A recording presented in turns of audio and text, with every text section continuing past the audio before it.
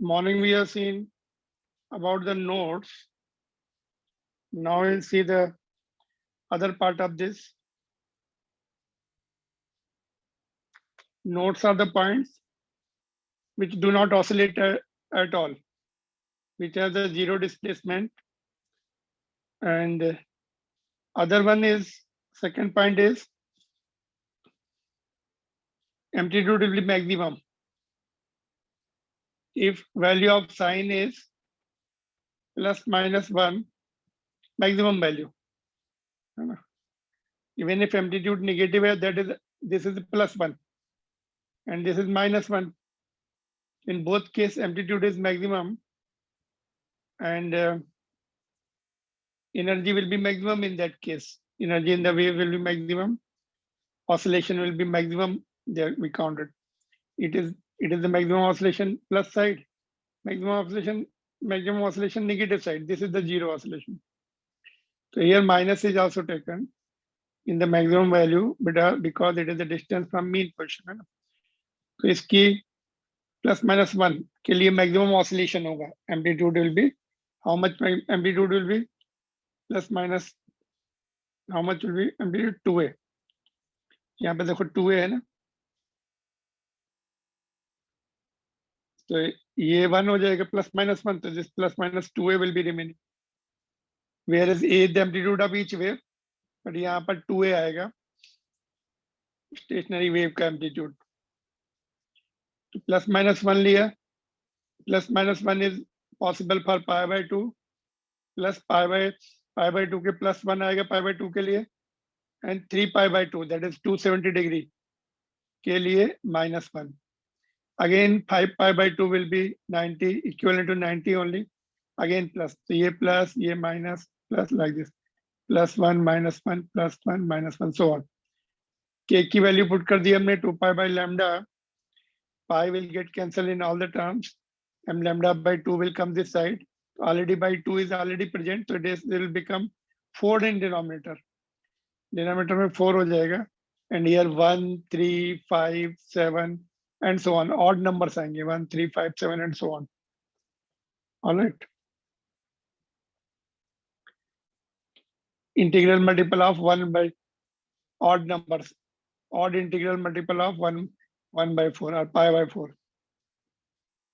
So particles at these locations have the maximum amplitude. Particles at these locations will have maximum amplitude. All right. And these locations will be called antinodes or antinodes, whatever you can pronounce. We'll call it antinodes. Symbol हमने इसका AN दिया है. Why we have given a textbook में उन्होंने A लिखा है, but we are taking AN. Why? Because A is for amplitude. So therefore I have just changed the slightly AN कर दिया इसको, है ना. These points at which amplitude is maximum is called antinodes or antinodes. जहाँ पर maximum amplitude होता था ये वाला, here and here, and these points. How much it will be? 2a. नीचे कितना होगा? minus 2a. All right. And distance between them, ये वाला एक तो ये पॉइंट है, देखो first one second one is here, इनका डिस्टेंस निकल लेंगे. First one is located at lambda by 4, ये डिस्टेंस लैम्डा बाई 4 है. Second one is 3 lambda by 4, दोनों का डिफरेंस निकाल लो. 3 lambda by 4 minus lambda by 4, that's 2 lambda by 4, that is lambda by 2. Same distance जो nodes के बीच, successive nodes के बीच में था, same is here between successive antinodes. Equally spaced होते हैं. ये वाला देखो, this is lambda by 2. This is also making half wave. यहाँ से यहाँ तक quarter wave है. Again quarter wave, half wave का distance. जैसे nodes का भी half wave का distance था. तो both antinodes and nodes successively their distance is lambda by 4. Lambda by 2, sorry. So my question is what is the distance between? My next question is this. What is distance between consecutive Okay, let me write again. Distance between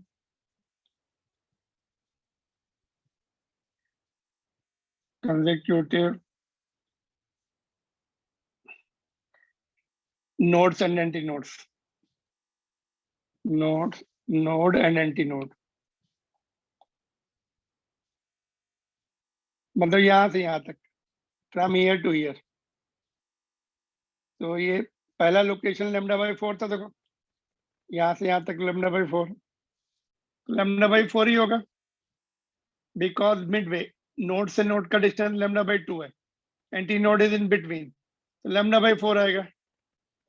answer will be λ/4। Are you getting it? दो consecutive antinodes and nodes are separated by 1/4 of the wavelength, है ना, ये 1/4 of the wavelength, तो यहाँ से यहाँ तक 1/4 है, फिर 1/4 है, then again 1/4, then that makes full wavelength, है ना। तो two nodes and antinodes have the separation λ/4, two consecutive antinodes λ/2, two consecutive nodes λ/2. So these are the short questions, you may need it. Okay. Are you getting this? And suppose, okay, this shall I explain you again? Antinodes के बारे में क्या लिखा हम लोगों ने? Are the points of maximum displacement, ये वाले, here, here, here, है ना? They are the points of maximum displacement, antinodes. And locations क्या है? पहला λ/4 पर है, दूसरा λ/3 λ/4, third one is 5 λ/4. To consecutive के बीच का डिस्टेंस निकलना तो माइनस कर दिया, सेकेंड एंड फर्स्ट का तो λ/2 आ गया, है ना, ये और ये वाला। And distance between one consecutive nodes and antinodes, this distance will be λ/4.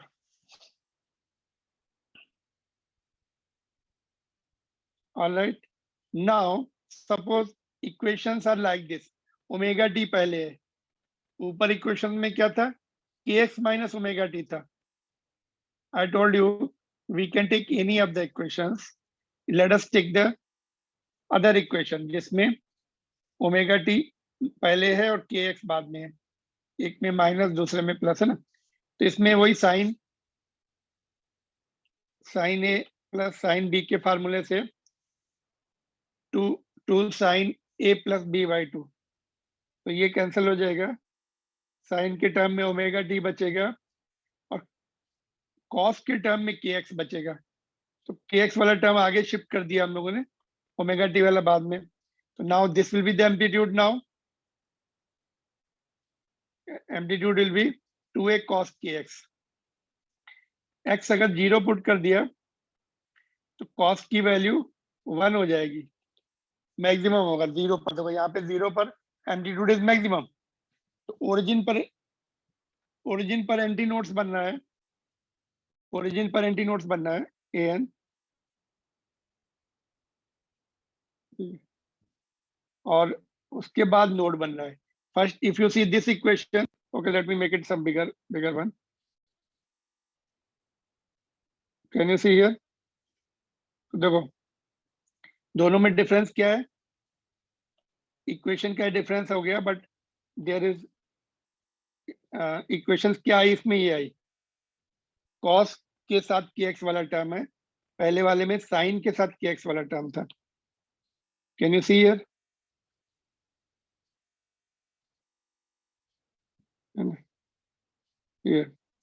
Sign kx के साइन के साथ, तो देयरफॉर लोकेशन ऑफ नोड्स और एंटीनोड्स आर इंटरचेंज। तो अगर हमने cos kx को x को 0 लिया तो cos kx will be maximum and this will be maximum, antinode will be formed at origin।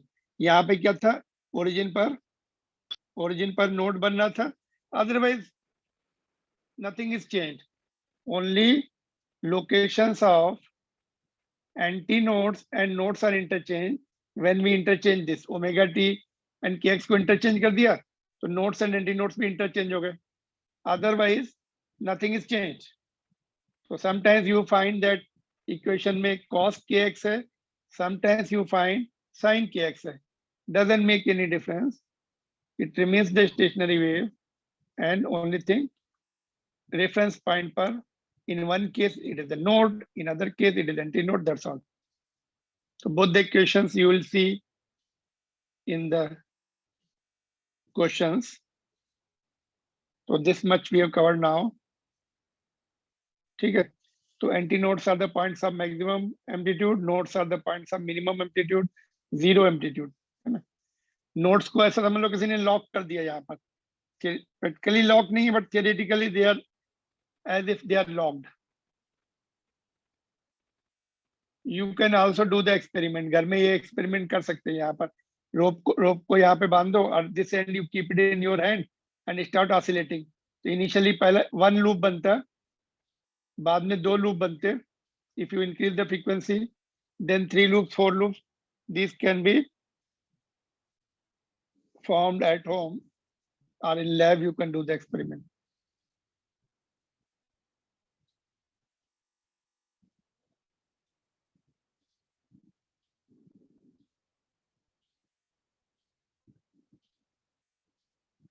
Clear? So we'll see some question based on this. Before that, I am giving you homework. Write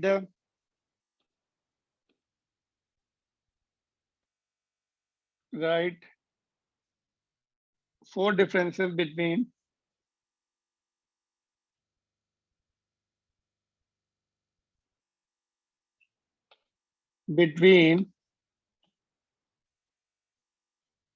progressive wave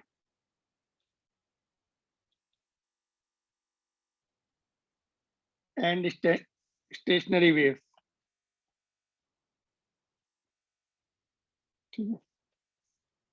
तो stationery waves में देखो सबके amplitude different है. Nodes वाले जो है they are not oscillating. इसका amplitude 0 है, इसका एम्पलीट्यूड इतना रहेगा इस पार्टिकल का, इसका थोड़ा ज्यादा रहेगा, और एंटी नोड्स का मैक्सिमम रहेगा. तो एम्पलीट्यूड्स इज अनइक्वल. इसमें प्रोग्रेसिव वेव में all the particle will go up to the amplitude A. Progressive में सारे ए एम्पलीट्यूड तक जाएंगे. इसमें अनइक्वल एम्पलीट्यूड रहेगा. इसका 0 और एंटी नोड्स का मैक्सिमम 2a तक जाता है इसका ना. और इसमें एक साथ पार्टिकल ऑसिलेट करते. देखो either they are going mean position को क्रॉस करेंगे एक साथ. ठीक है. और इस वाले ये सिंगल रोप है. इनफैक्ट रोप ये सिंगल रोप है दिस वन.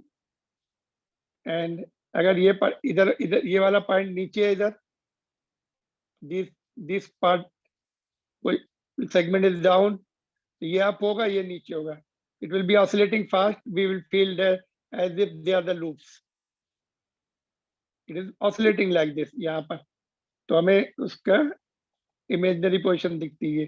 एक्चुअल में यहाँ पर है, यहाँ पे डॉट ऐसा फील होता है if you oscillate very fast.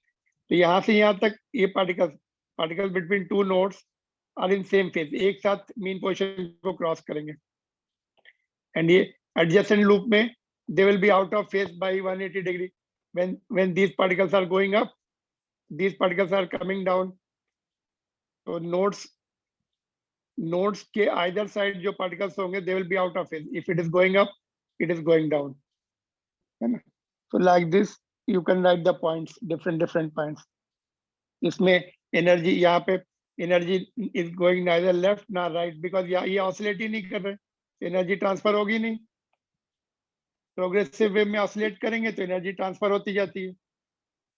तो therefore they are called stationary waves. Any 4 points you can make and right.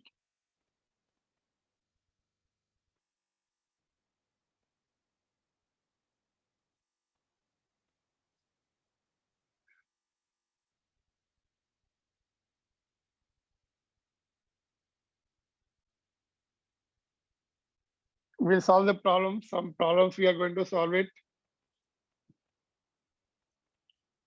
जैसे ये क्वेश्चन है देखो. 2 waves with the same amplitude and wavelength interfere मतलब भाई superimpose in 3 different situations to produce the resultant wave with the following equation.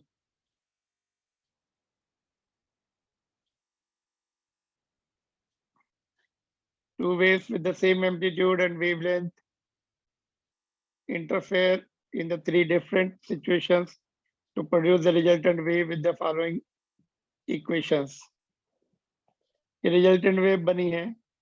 In which situations are the two combining waves traveling? किस situation में travel कर रही है? Towards the positive x, towards the negative x, in opposite directions.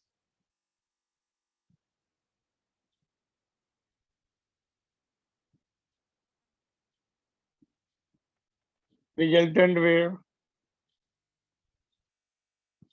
बोलो.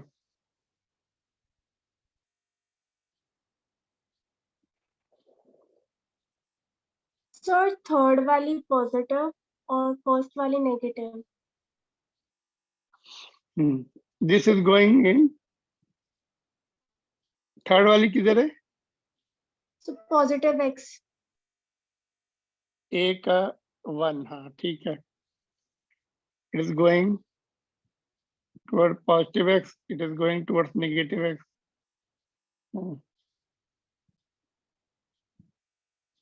Two combining waves पूछा ना. Two combining waves है. And opposite direction में किस में जा रही हैं? जो waves आ रही हैं ऐसे opposite direction में ऐसा. So they are forming this stationary waves है ना. तो second case में they are coming in opposite directions है ना. C में they are coming in opposite direction and making the stationary waves. ये stationary waves है. A का आंसर क्या आ रहा है फिर?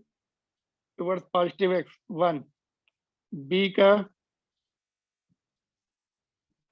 3 और C का 2. Let's see the answer.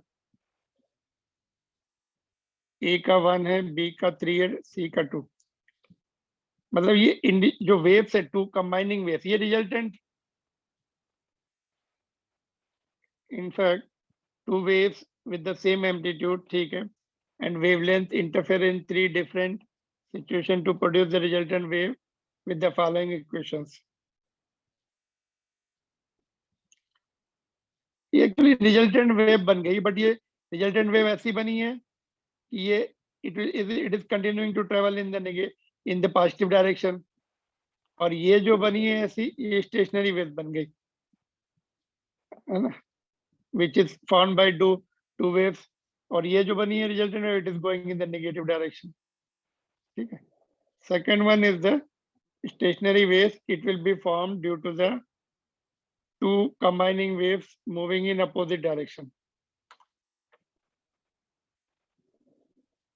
Okay.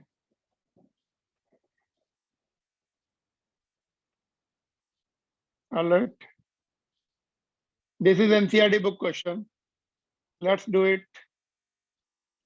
Transverse displacement of the string clamped at both the ends is given by this relation.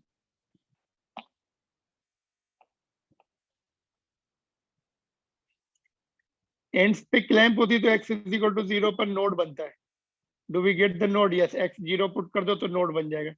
ये उसका amplitude है. सही है. ये clamped वाले में x साइन के साथ x आना चाहिए. सही है.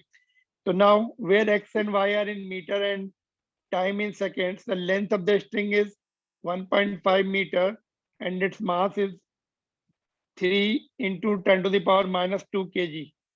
Answer the following parts. पहला, does the function represent traveling wave or stationary waves?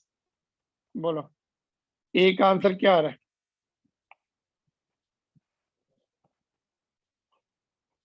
Is it it is representing traveling wave, that is progressive wave, or it is representing the standing waves?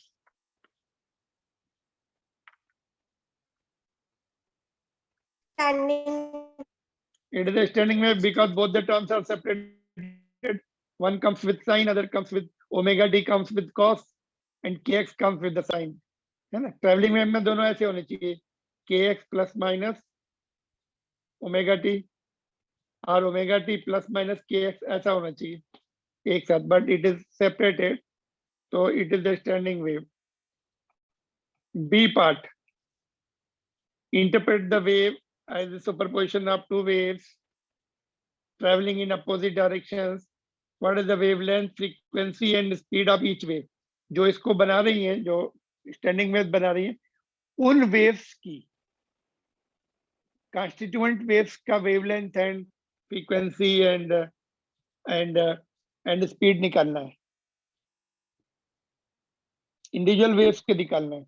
तो if we see it carefully, यहाँ पे going back to the derivations, देखो you see very carefully जो resultant standing waves मिली. देखो अभी भी जो stationery waves है, एक्स का कोएफिशिएंट के है, प्रोग्रेसिव वेव में भी सेम था, एक्स का कोएफिशिएंट के था, और टी का कोएफिशिएंट ओमेगा है, और ट्रैवलिंग में भी टी का कोएफिशिएंट ओमेगा था. It means here also if you take the coefficient of t it will represent omega, if you take the coefficient of x it will represent k. तो you don't have to do anything extra. X का coefficient जो है के होगा, उससे lambda मिल जाएगा. X का coefficient क्या होगा? K. This will be K. Can you see? This will be K. Okay, let us compare with progress with the standing wave a. यहाँ पे 2a आता है, 2 sin kx cos omega t. तो k क्या होगा? ये पूरा टर्म k हो जाएगा. Therefore k will be 2 pi by 3. k is also 2 pi by lambda. Left side में 2 pi by lambda लिखा, तो 2 pi goes, lambda is 3 metre. ठीक है, it gives us the lambda is equal to 3 meters. ठीक है.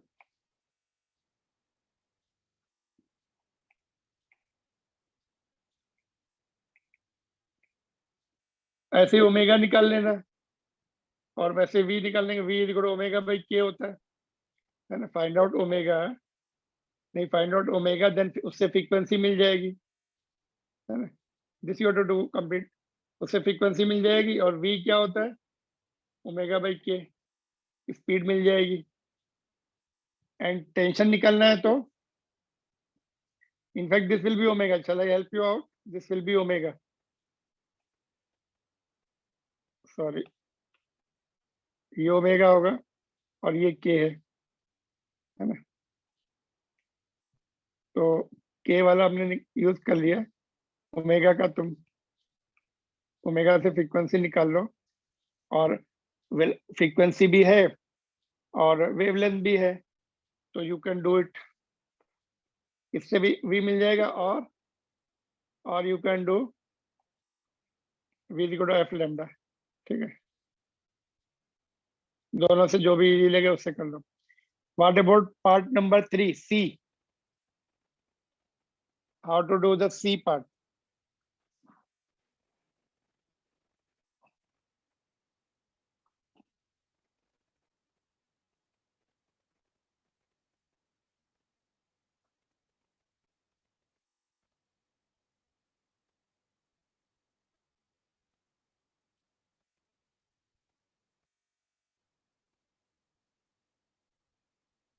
सी part के लिए determine the tension, वो वाला यूज करो.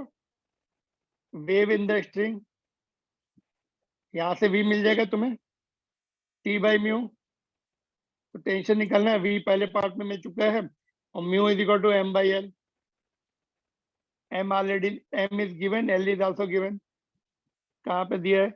मास is given, l is given, तो उससे म्यू मिल जाएगा. This is very good question. All the points are practiced there here.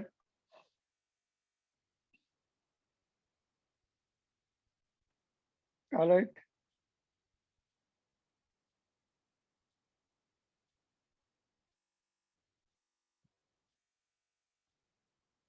Can you complete the remaining parts?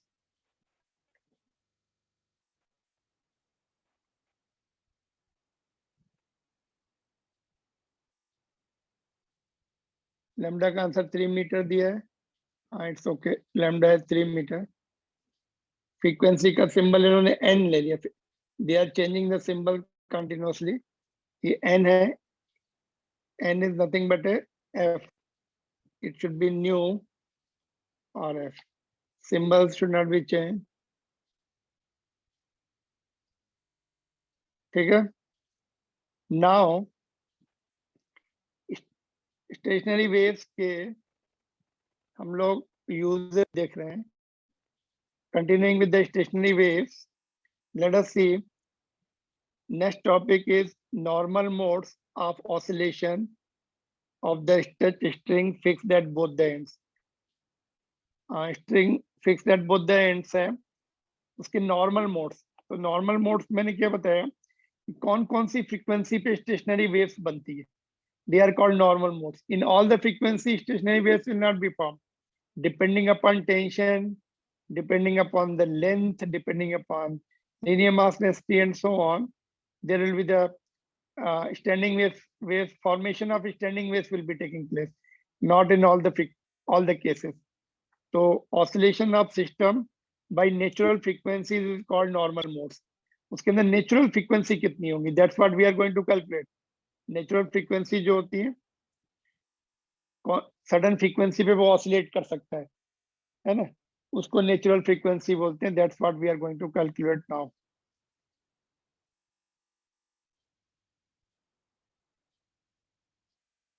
ठीक है. तो जो सबसे पहली लोएस्ट पॉसिबल फ्रीक्वेंसी पे lowest possible is called fundamental frequency. सबसे जो लोएस्ट पॉसिबल फ्रीक्वेंसी पे स्टेशनरी वेव्स बनेगी उसको बोलते हैं फंडामेंटल फ्रीक्वेंसी. और first harmonic also we call it, है ना. एज आई टोल्ड यू, ये सब म्यूजिकल सिस्टम में इन्वॉल्व होता है. हारमोनियम होता है, harmonium musical instrument. And these words are due that harmonics and harmonium, they are similar words. They represent the frequencies, certain set of frequencies जिनको normal modes बोलते हैं. And frequency available in the system after the first harmonic, है ना. पहला standing wave मिल जाएगी certain frequency पे, फिर से मिलती है स्टैंडिंग वेव. तो सेकेंड जो frequency available in the system after the first harmonic is called first overtone of fundamental frequency, जिसको हम शॉर्ट में फर्स्ट ओवरटोन ही लिखते हैं. फर्स्ट फ्रीक्वेंसी पे स्टैंडिंग वेव्स बन जाएगी, फिर और फ्रीक्वेंसी बढ़ाते हैं तो फिर से स्टैंडिंग वेव्स बनती हैं डिफरेंट, स्लाइटली डिफरेंट लुक से. तो नेक्स्ट फ्रीक्वेंसी पे जो बनेंगी स्टैंडिंग वेव्स उसको फर्स्ट ओवरटोन बोलते हैं.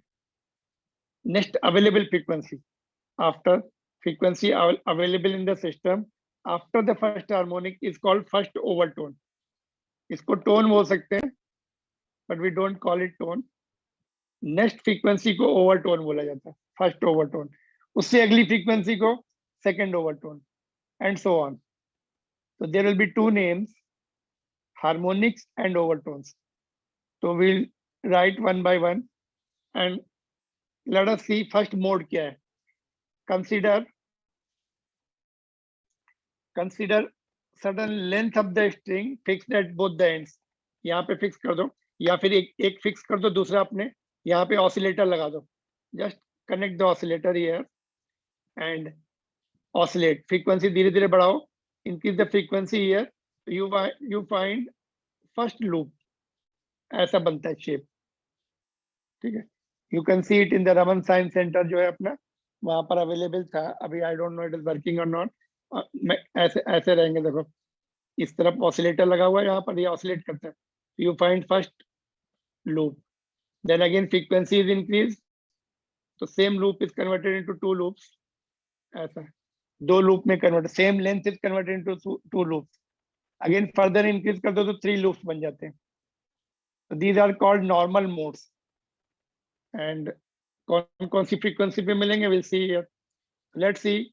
L is the length of the string, T be the tension, mu be the linear mass density. Linear mass density. ठीक है. तो velocity कितनी होगी? Already we have seen this topic. Velocity will be the speed of sound wave will be under root of T by mu. ठीक है. तो ये हो जाएगा under root T by mu. Now you see the diagram, देखो इसमें if we oscillate slowly, even if you can do it with the hand, यहाँ पे हाथ रखो और ऑसिलेट करो, स्लोली ऑसिलेट करो तो एक लूप बनता है, फास्ट ऑसिलेट करो तो 2 लूप बनते हैं, और फास्ट ऑसिलेट करो 3 लूप बनते हैं। तो in all the 3 cases you से एंड सो ऑन। ये देखो ये हाफ वेव है, हाफ λ/2 है यहाँ पे,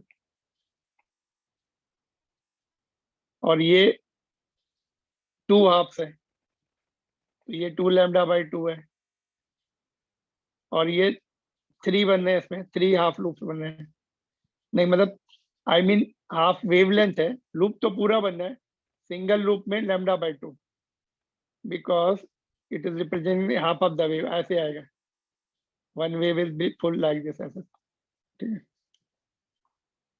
तो दिस इज λ/2, 2 नोड्स के बीच का डिस्टेंस λ/2 होता है, और इसमें कितना होगा, this length will be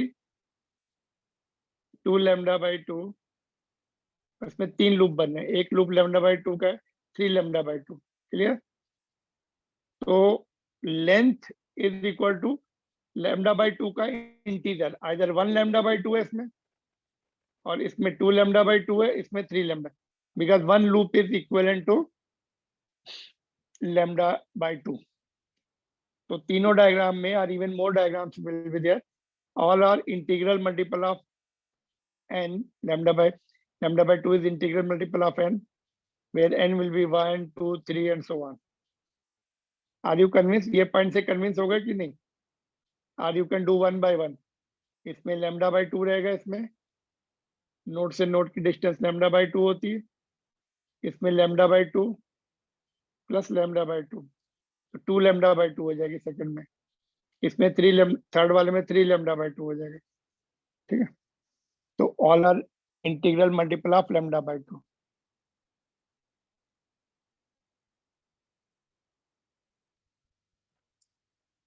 Two successive nodes will be separated by λ/2. Shall I show you here? Two successive nodes are separated by λ/2 here. आधी वेव बनती है ना उसमें, ऐसा रहता है, half wave with this side, like this.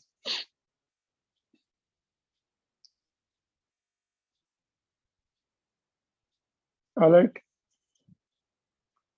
तो यहां से क्रॉस मल्टीप्लाई कर लो, lambda will be 2l/n, 2l/n, and we know speed is given by product of frequency into lambda wavelength. Therefore, f is ratio of speed of wave divided by lambda. F is equal to v by lambda. तो v की value क्या होगी, ये √t/μ, lambda की value 2l/n, n ऊपर आ जाएगा, देखो तो फ्रीक्वेंसी का रिलेशन क्या बन गया, n/2l √t/μ, ठीक है। इसमें n की वैल्यू पुट करते जाएंगे, फर्स्ट n की वैल्यू फर्स्ट पुट करेंगे तो फंडामेंटल फ्रीक्वेंसी मिलेगी। तो this is the relation we are going to use for all the 3 cases, ठीक है। First mode, can you see, this is the first mode, और we call it fundamental frequency mode. First mode में fundamental frequency मिलती है, it is the least frequency, also called first harmonic, for which n is equal to 1। सबसे पहले इसमें n1 put करना पड़ेगा, है ना।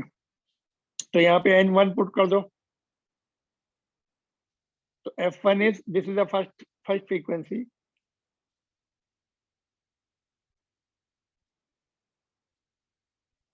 मोस्ट यूजफुल, इसको याद रखना पड़ेगा तुम्हें।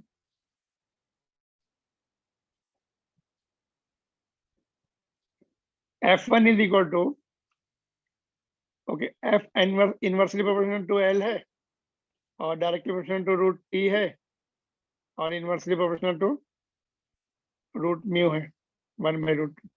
लेंथ पर, लेंथ की इनवर्सली प्रोपोर्शनल है, देखो यहाँ पर लेंथ जो है, more length means less fundamental frequency, छोटी लेंथ के लिए more fundamental frequency, more tension more fundamental frequency, thin wire more fundamental frequency, 3 factors पे डिपेंड कर रही है। tension, length and linear mass density which also indicate the thickness. ठीक है, और इसमें how many nodes and antinodes are visible? Let us see. First mode में, ये फर्स्ट मोड है, लिखा भी देखो, फंडामेंटल और फर्स्ट हार्मोनिक. इतने नोड्स हैं, एक नोड यहाँ पर, एक नोड यहाँ पर, एंटी नोड्स बीच में. तो वन एंटी नोड यहाँ पर, one antinode and two nodes. First mode में वन एंटी नोड है, नोड से एक ज्यादा है. ठीक है.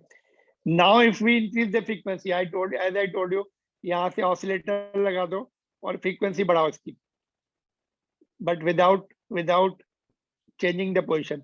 हैंड पोजिशन भी अगर तुम्हारी है यहाँ पर, तो just don't move the hand, wrist से उसको up and down shift move करो, ऑसिलेट करो. अदरवाइज यहाँ पे if you move your hand here to here, तो एंटी नोड बन जाएगा उसमें.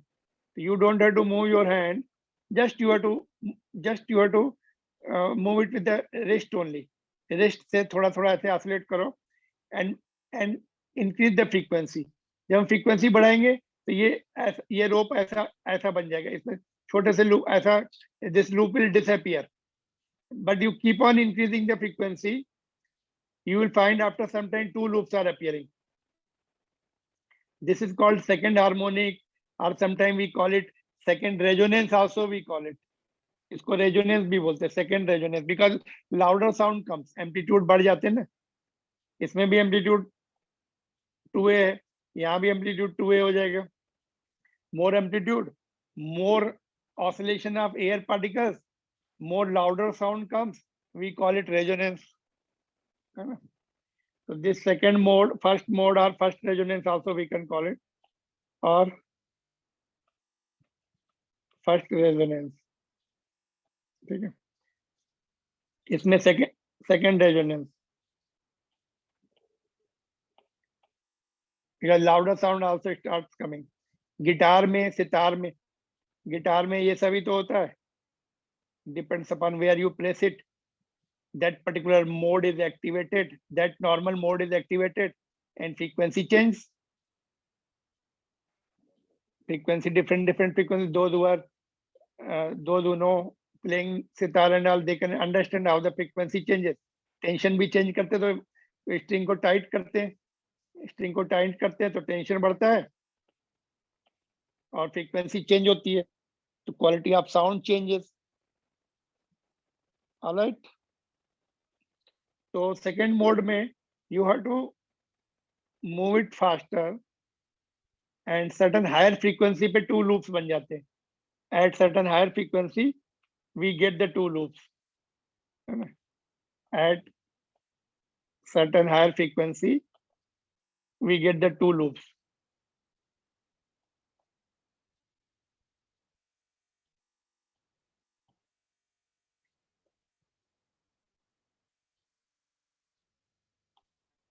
Two loops in same wire. All right. तो n is equal to 2 put कर दो यहाँ पर, n also indicate the number of loops है ना, यहाँ पे n number of loops भी indicate कर रहा है, इंटीजर है वैसे तो n 2 पुट कर दिया हमने यहाँ पर. 2 will okay, 2 को कैंसिल मत करो. This particular term is nothing but f1 or 2 as it is. So it is 2 times of f1, therefore denoted by f2. Double है इसका, तो f2 से डिनोट करेंगे. F2 is second harmonic or first overtone. OT means first overtone of fundamental frequency. First overtone को short में हम OT लिखा करेंगे. ठीक है. In this mode, second mode है, तो एंटी नोड भी 2 ही बन रहे हैं. देखो, एक ये यहाँ पर, एक यहाँ पर बन रहा है. नोड्स कितने बन रहे हैं? एक यहाँ, एक यहाँ. Node let us right here also. This is node, इसमें ऊपर नोड है, ये भी नोड है. ठीक है. Because they are claimed they cannot oscillate, therefore nodes have to be formed. Frequency will be according to that only. All frequencies पे नहीं होता है सर, सडन फ्रीक्वेंसी पे, जिसको नॉर्मल मोड्स बोलते हैं. ठीक है. तो इसमें एंटी नोड 2 बन रहे हैं और नोड 3 बन रहे हैं. Are you getting it? तो इसको क्या बोलेंगे, सेकंड फ्रीक्वेंसी को क्या बोलेंगे, सेकंड हार्मोनिक और first overtone. Similarly, if you increase the frequency further, so two loop will disappear, but at certain higher frequency, three loops will be formed. एक certain higher frequency पे तीन loop दिखने लगेंगे. That is called third mode or third harmonic or third resonance. All right. तो इसमें N3, तो यहाँ पे 3 आ जाएगा और this again representing F1 only, 3 times of F1, तो F3 बोलेंगे उसको. एंटी नोट इसमें 3 बनना है और नोट्स एक एक्स्ट्रा बनना है, 4. थर्ड मोड में 3 एंटी नोट्स हैं और 4 नोट्स हैं. कभी कभी नोट्स एंड एंटी नोट से भी तुम्हें आइडेंटिफाई करना पड़ सकता है. You may have to identify from that number of nodes and number of nodes and number of antinodes. ठीक है. तो F3 इज थर्ड हार्मोनिक और सेकंड ओवरटोन. ओवरटोन एक कम चलेगा ना, next because next available frequency is called overtone. First harmonic को हम टोन बोल सकते हैं, नेक्स्ट वन को फर्स्ट ओवरटोन, फर्दर नेक्स्ट को second overtone, next available frequency को नेक्स्ट, है ना, ऐसे. Next available frequency second harmonic है, उसको फर्स्ट ओवरटोन बोला जाएगा. Further next available frequency third harmonic, उसको सेकंड ओवरटोन. तो ओवरटोन एक कम चलेगा ना इस केस में पर्टिकुलरली. आगे देखेंगे क्या है, बट इस केस की बात हो रही है. तो frequency of nth overtone, nth जो सेकंड ओवरटोन है F3 है, फंडामेंटल फ्रीक्वेंसी का 3 टाइम्स है. तो nth overtone will be n+1 times of F1. एक एक्स्ट्रा है ना फंडामेंटल फ्रीक्वेंसी का, एक एक्स्ट्रा. सेकंड ओटी देखो, चेक करते हैं इसको. फर्स्ट ओटी क्या है, n=1 पुट कर दो तो फर्स्ट ओटी हो जाएगा, तो 2f आ जाएगा. सेकंड ओटी में सेकंड ओटी कितना है, n2 पुट कर दो, 2+1 टाइम्स ऑफ F1, तो 3f1. यहाँ पे 2 रहेगा, यहाँ 3 आ जाएगा, है ना. ऑलराइट. तुम्हें 9th ओवरटोन चाहिए, 9+1 of F1, 10f1 like this. Is it matching? जो हमने जनरल फार्मूला बनाया इसके साथ मैच हो रहा है, फर्स्ट ओवरटोन सेकंड ओवरटोन के साथ. Shall I show you again. Second, इसको चेक करते हैं. यहाँ पे सेकंड लिखेंगे, यहाँ भी 2 लिखेंगे, 2+1, 3f1, 3 times of F1, that is F3. F3 है, second OT is F3.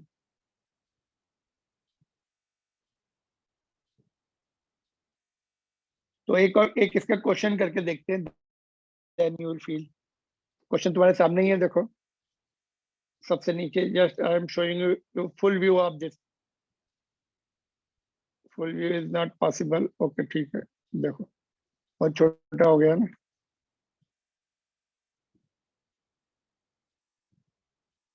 Anyway,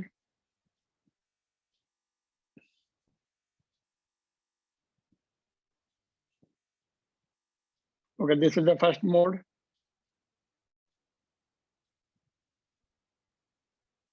And second mode is twice, third mode is thrice. And question नीचे है, देखो. If frequency of 9th overtone in above case, we are talking about this case only, is 1000 hertz, find the fundamental frequency and second overtone. So 9th overtone, frequency of, okay, 9th overtone is frequency of nth OT is n+1 into F1. All right, ये formula हमने लिख दिया, ये वाला.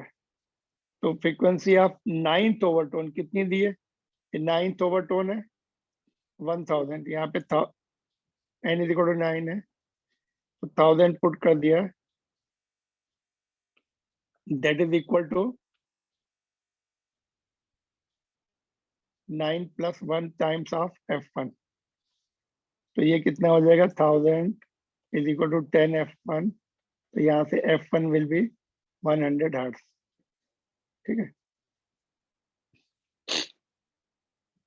Fundamental frequency 100 hertz मिल गई। Second OT की निकालनी, frequency of second OT,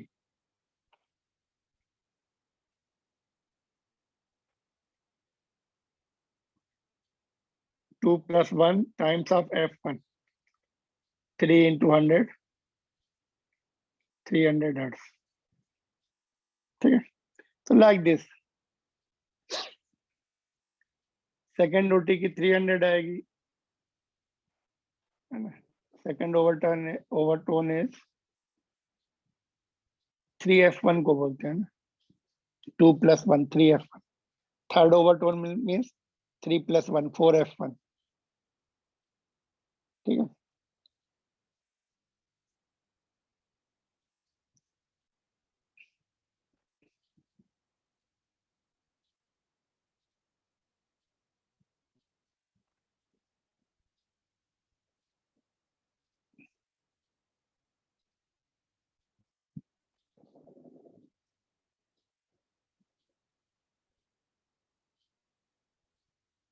are you getting it? This is important. Sometimes they will ask you, एक पॉइंट देखो ऊपर चलते हैं, they will ask you prove that all the harmonics are present in this case, है ना। all the harmonics are present in the string fixed at both the ends. all harmonic means odd and even both। देखो f1 भी है, f2 भी है, f3 भी है, तो therefore यहाँ पे देखो मैं I was about to write, ये छूट गया देखो, therefore all harmonics are present in this case। all harmonics में odd and even, all harmonics that is called odd and even are present in this case, है ना। तो ऐसे बोला जाएगा, prove that all the harmonics, odd and even harmonics are present in the case of string fixed at both the ends and oscillated। ठीक है, तो तुम्हें एटलीस्ट थ्री मोड्स तक तो तुम्हें करना ही पड़ेगा। बुक्स में बहुत सारे दिए हैं 6-7 मोड्स तक, that is not to be done, only 3 modes तक।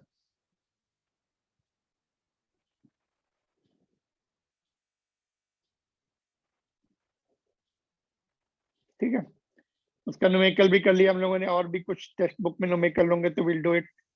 जैसे ये है, this is the question based on the previous topic, I think। Let's see what is this question number 14। wire stretched between two rigid supports vibrates in its fundamental mode। fundamental mode में एक ही loop बनता है ना,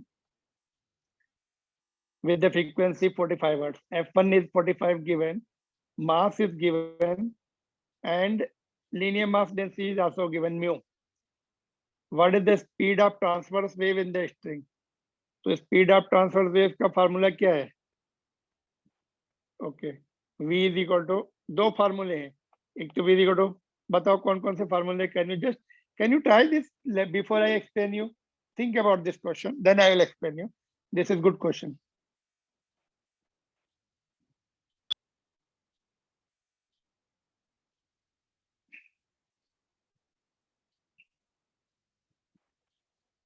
we have the two formula है ना, एक तो v is equal to √T/mu, तो T itself is not given, वही भी पूछा है, तो that formula is now cannot be used। another formula for speed is v is equal to f lambda। f is given and lambda is indirectly given। इससे lambda मिल जाएगा। कैसे lambda मिल जाएगा? because this is half wave, our two nodes are separated by कितनी distance है दो successive nodes के बीच का? how much is the distance between two successive nodes? lambda by 2। it looks like half wave। मैंने बताया भी Even if you forget, so you see this is the half of the wave and remaining इधर कहीं है ऐसा. This makes full wave, है ना. तो आधा वेव लेंथ है, नोड से नोड के बीच का आधा वेव लेंथ होता है ना. तो L is given है ना, L is given, length is given or not?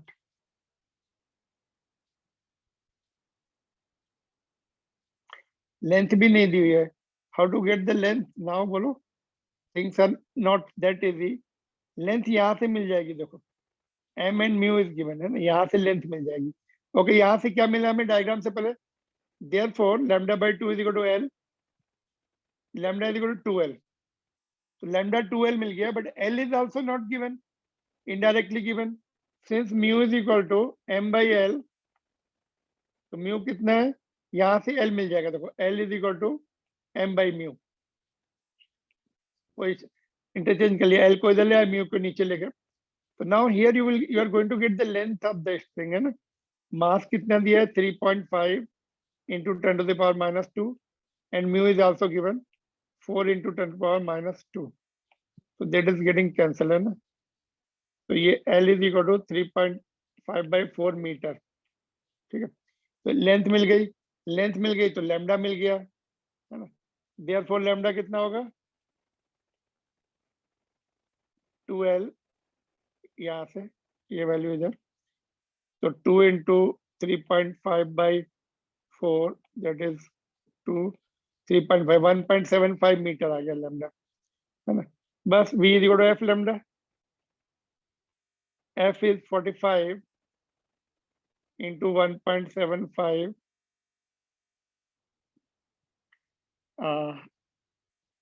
79 आएगा. प्रोडक्ट कर लो उसको, it will be coming 79, less than twice metre पर सेकंड. ठीक है, इट्स ओके, इतना ही आना चाहिए. बस V आ गया तो रूट T बाई म्यू से T निकल आएगा सेकंड पार्ट के लिए, ये फर्स्ट पार्ट. तो यहाँ से पुट कर दो वैल्यू 79 और T निकालना है, स्क्वायर करना पड़ेगा दोनों साइड में. म्यू इज गिवन 4 पॉइंट कितना, 4 into 10 power minus 2.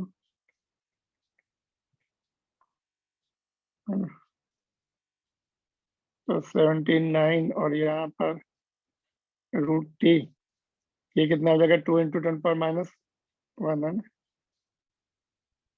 डबल कर दो इसको,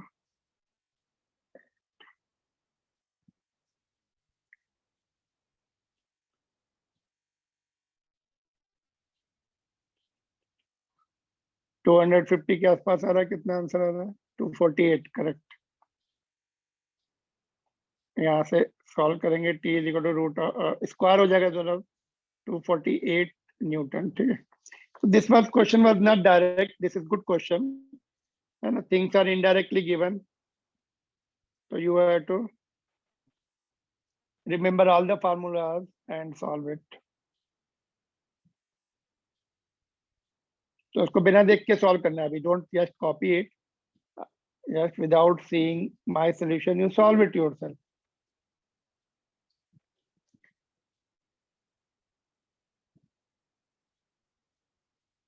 Any doubts so far? Just we are into the last question, then we'll wind up. Tomorrow we have the test. Ma'am will inform you the schedule of tomorrow. 70 marks का test रहेगा तुम्हारा. 20 questions will be of objective. Yogesh sir, हाँ, sir 130 to 430 रहेगा हम लोग का. Okay, 130 to 430. वही time करें. ठीक है, 70 मार्क्स रहेगा. ओके यार, लेट मी राइट 130 to 430. और सर मॉर्निंग का schedule, sorry Sir, Come tomorrow again. morning no class, sir. We will have directly Okay. test 1 to 4. Okay, no. Children, 1 to 4 is okay. Clear? 1 to 4 you told. Okay, 1 to 4. Sir, is it Sir, okay told with you, sir? Paper sharing के लिए? Paper sharing के लिए कल, tomorrow. 1 o'clock. हाँ, sir, 80 marks का paper है ना? 70 marks का। 70 मार्क्स का है क्या सर? हाँ ठीक है। तो 1:15 1 o'clock क्या टाइम रखना है सर? 1 o'clock चलेगा। 1 o'clock